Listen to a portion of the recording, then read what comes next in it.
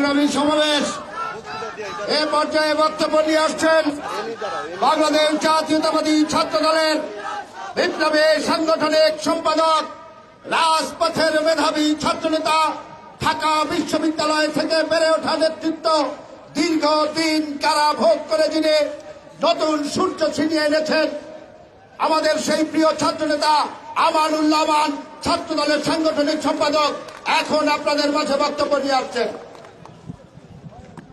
বিসমিল্লাহির রহমানির রহিম।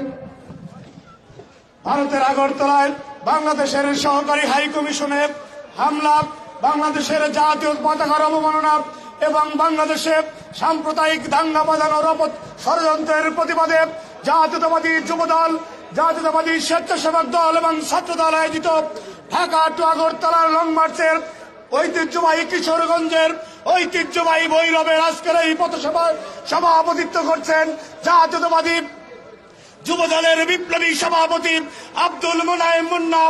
প্রধান অতিথি হিসেবে উপস্থিত হয়েছেন জাতীয়তাবাদী স্বেচ্ছাসেবক দলের বিপ্লবী সভাপতি এস এম জিলানী। উপস্থিত আছেন যুবদলের সাধারণ সম্পাদক নুরুল ইসলাম নয়ন, স্বেচ্ছাসেবক দলের সাধারণ সম্পাদক রাজীব হাসান। কিছুক্ষণের মধ্যে উপস্থিত হবেন ছাত্র দলের সভাপতি রাকিবুল ইসলাম রাকিব এবং বিপ্লবী সাধারণ সম্পাদক নাসির উদ্দিন নাসির। সবাইকে এবং উপস্থিত জনতা, আগ্রাসন বিরোধী উপস্থিত জনতা, সবাইকে আগামী বাংলাদেশের অনিবার্য নেতৃত্ব, বাংলাদেশের কোটি তারুণ্যের প্রাণের স্পন্দন তারেক রহমানের পক্ষ থেকে সংগ্রামী অভিনন্দন এবং শুভেচ্ছা। সংগ্রামী উপস্থিতি, বক্তব্য খুবই স্পষ্ট। আমরা দেখেছি 5ই আগস্ট খুনি হাসিনা বিদায় নেওয়ার পরে এতদিন যারা বাংলাদেশের সাধারণ জনগণের ভোট ছাড়া খুনি হাসিনাকে টিকে রেখেছিল, সেই সাম্রাজ্যবাদী ভারত প্রত্যেকটা সেকেন্ডে ষড়যন্ত্র অব্যাহত রেখেছে। সেই ষড়যন্ত্রের অংশ হিসাবে বাংলাদেশে একটি সাম্প্রদায়িক দাঙ্গা লাগানোর জন্য এই দাবিদারিবাদ শক্তি অপচেষ্টা করে যাচ্ছে।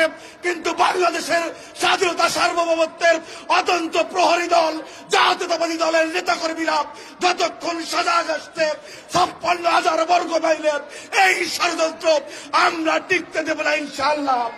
প্রিয় উপস্থিতি, আজকে যে হাসিনা যে ষড়যন্ত্র চলছে বাংলাদেশে একটা ঘটনা এরকম ঘটনায়, সুতরাং এই ধরনের অপচেষ্টা ভারতীয় মিডিয়া যে চালাচ্ছে, বাংলাদেশের সরকারের কাছে অনুরোধ থাকবে এই অপচেষ্টাকারী মিডিয়াগুলি বাংলাদেশে বন্ধ করে দেন। সংগ্রামী উপস্থিতি, খুনি হাসিনা পালিয়ে গিয়েছে, খুনি হাসিনাকে আমরা বিয়ে দিয়ে দেয় নেই যে বাংলাদেশকে যৌতুক দিব।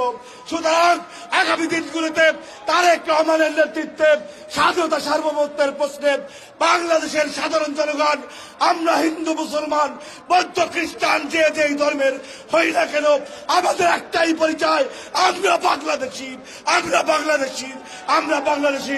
সবাইকে ধন্যবাদ।